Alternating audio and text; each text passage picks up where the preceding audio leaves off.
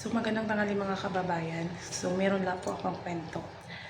Meron po akong nakitang bata doon sa dinadaanan ko. Ngayon kasi duty ko. Kaya bumili ako kanina ng para tanghalian. So nadaanan ko yung bata papunta sa bilihan ng pagkain. Yung mama pala niya nasa dialysis area. So yung bata bawal kasi yung bata doon sa loob. So palagi ko siyang nakikita kada linggo andyan siya kasama ng mama niya. Siguro siya yung bunso. Hindi ko pa kasi nakita yung mama niya. So siya nagsiselfone lang doon sa labas. Naghihintay hanggang lumabas yung mama niya. Hanggang lumabas yung mama niya sa dialysis area. So siya doon lang sa labas. So tinanong ko, hindi pa daw siya kumain. So anong oras na? Alas 12 na. So hindi pa siya kumain. Kasi tinanong niya ako sa ate, saan ka daw pupunta? So parang naawa ko nalimutan ko kasi meron akong kausap, nalimutan ko siyang bilan. So sabi pa ng bata, mama, ate, saan ka pupunta? Sabi ko, bibili ng pagkain, Kaya pagbalik ko, nandun pala yung bata. So naisip ko, hindi pa to kumain na. So ako nga nagutom na, siya pa nga ilang taon pa lang. So kaya naisipan ko siyang bigyan. So ayan po yun po yung ano ko. Hindi mo may punay mo.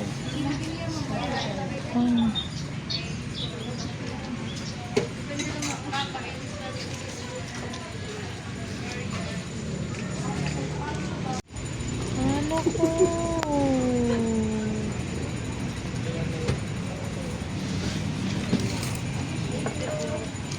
Iyo. Ang daming kuan, man tayo mapili. Hindi bumili na ako.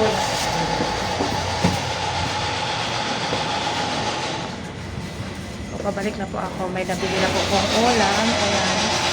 Pangtanghalian. So dito ako dumaan kasi mas malapit. Tapos hindi mainit. So kita po tayo. Init oh. Sobrang init. Hoy, kanina ka pa kayo. Bibi, kumain ka na. Merong bata dito, yung mama niya. Yung mama mo ha, saan? Nagpapadialysis? Mama daw niya nagpapadialysis. Bawal man yung bata. Nandito lang siya, nakaupo. Nakainom. Nag-dialysis mo mama? Kanina pa? Di pa tapos? Kumain ka na? Hindi pa? Hindi ka pa kumain? Nakailang ano ko na ito nakita dito. Bawal kasi yung bata doon sa loob. So, nandito lang siya naghihintay. So, wala pa daw itong kain. So, bibigyan natin kami. Marunong ka bumili? Saan? Bawal man din. Bida? Sa ubos? Baka ka mawala, ha? So, meron pa ako ditong sukli.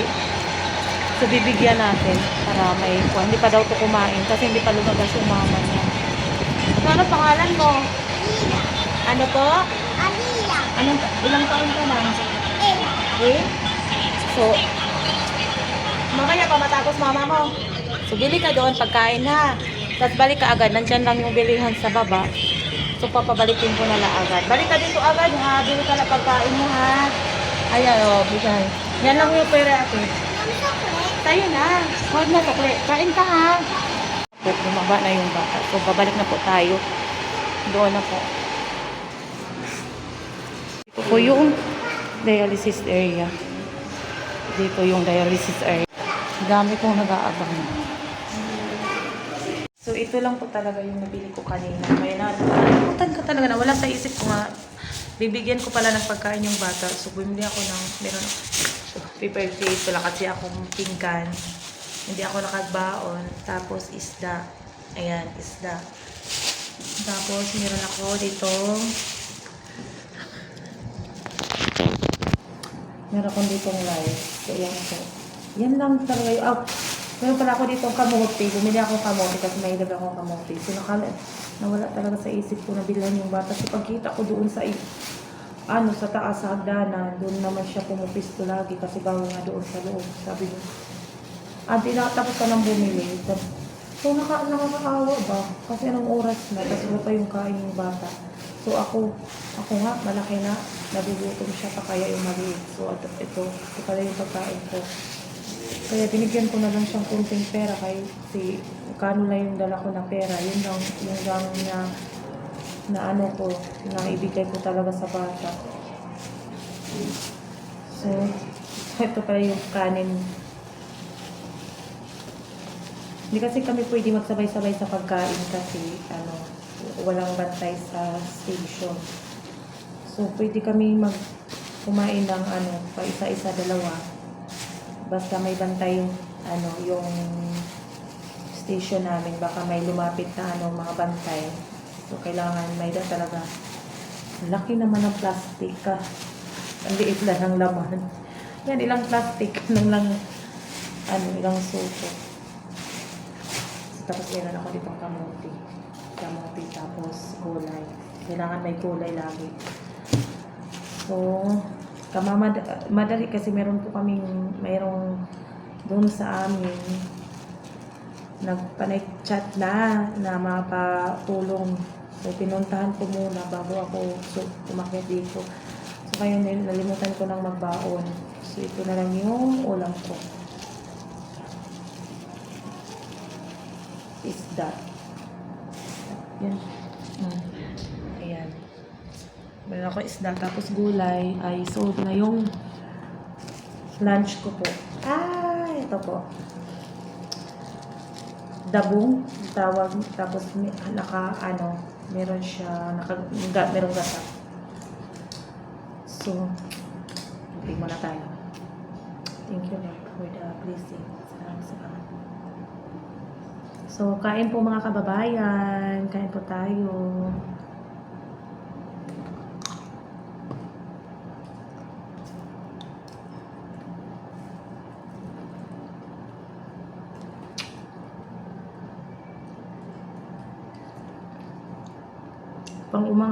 Pang-umaga kasi ako ngayon. So, maaga talagang gumising para tapos, kanina, gumising kami alas 4 kasi yung panganay kong anak magpapamake up kasi recognition nila. Hindi ako nakasama kasi nga may pasok ako. So, dalawang araw kasi yung nila, yung event. So, grade 12, mag-graduate siya ngayon. So, yung kanina, ngayon is recognition, bukas is graduation na po talaga. So, sabi ko sa anak ko, graduation na lang ako ma-attend. Yung tita na lang yung ma-attend sa kanya. So, kanina, hinatid ng papa niya doon, nagpapamake up. Mabuti na lang, binigyan siya ng tita niya ng pa-make up. Ayun, agang-aga, nagpapamake up. Meron na siyang sinend na nag-send ng yung medal tapos certificate. Buti na lang yung anak ko pumayag na hindi ako maka-attend. Yung tita na lang niya. Kasi nga, ako lang yung nagtatrabaho. Kailangan kong pumasok. Ayaw ko naman mag-absent kasi minomonitor na yung mga pasok namin. Yung dami kasing uma-absent. Kaya minomonitor na talaga yung mga pagpasok namin dito. So, para bawal matanggal. Para di kami matanggal ba. Ako kailangan ko talaga to kasi makakalis pa yung mga anak ko.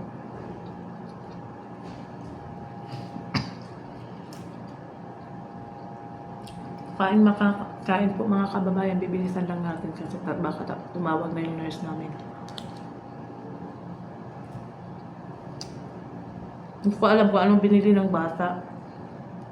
Basta binigyan ko siya ng 150. 150 lang kasi nasa bulsa ko, tukli.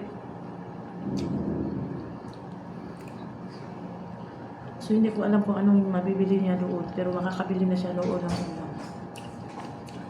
Hello, Ma'am D. Nagbibideo ako. Dali na kauna.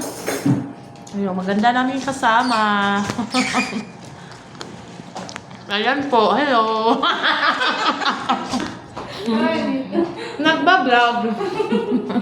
Kakain muna kami kasi magutom na. Nalaman po. Maraming salamat.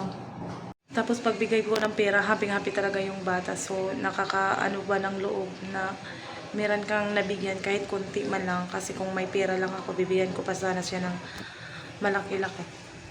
Kaso po, magkano na lang yung natira kong pera. Kasi yun lang muna yung binigay ko. Sa susunod, kasi kada week andyan yung bata na yan. Sa isang linggo, 2 beses ata sila magpapadialysis. So, yung bata na yan, sinasama talaga ng mama niya sa pagpa-dialysis. Tas, pinapahawak lang niya ng cellphone. Nandun lang siya doon sa may hagdanan. Sinabihan ko naman, doon ka banda sa harap. Sabi niya, bawal daw doon ate. Kaya doon na lang daw siya pumesto. Huwag ka lang umalis. Diyan ka lang para pag labas ng mama mo, makikita ka agad. Kaya kawawang-kawawa sa sitwasyon nila na ganun ba. Yung mama nagdialysis niya, tapos may kasama pang bata. Sana magkaroon ako mga mas malaki-laking pera, mabibigyan ko kahit magkano lang. Sana may blessing na darating, mabibigyan ko ulit yung bata. Kasi happy talaga po siya nung binigay ko yung pera pambili ng pagkain niya. Kaya tuwang-tuwa talaga yung bata. Naawa ako. Ang sakit kasi isipin na ganong edad, naghihirap na yung bata. Tas sana na nakabili siya ng pagkain. Tas iniwan ko na lang kasi siya kasi nagmamadali ako. So yun lamang po. Maraming salamat at good afternoon po.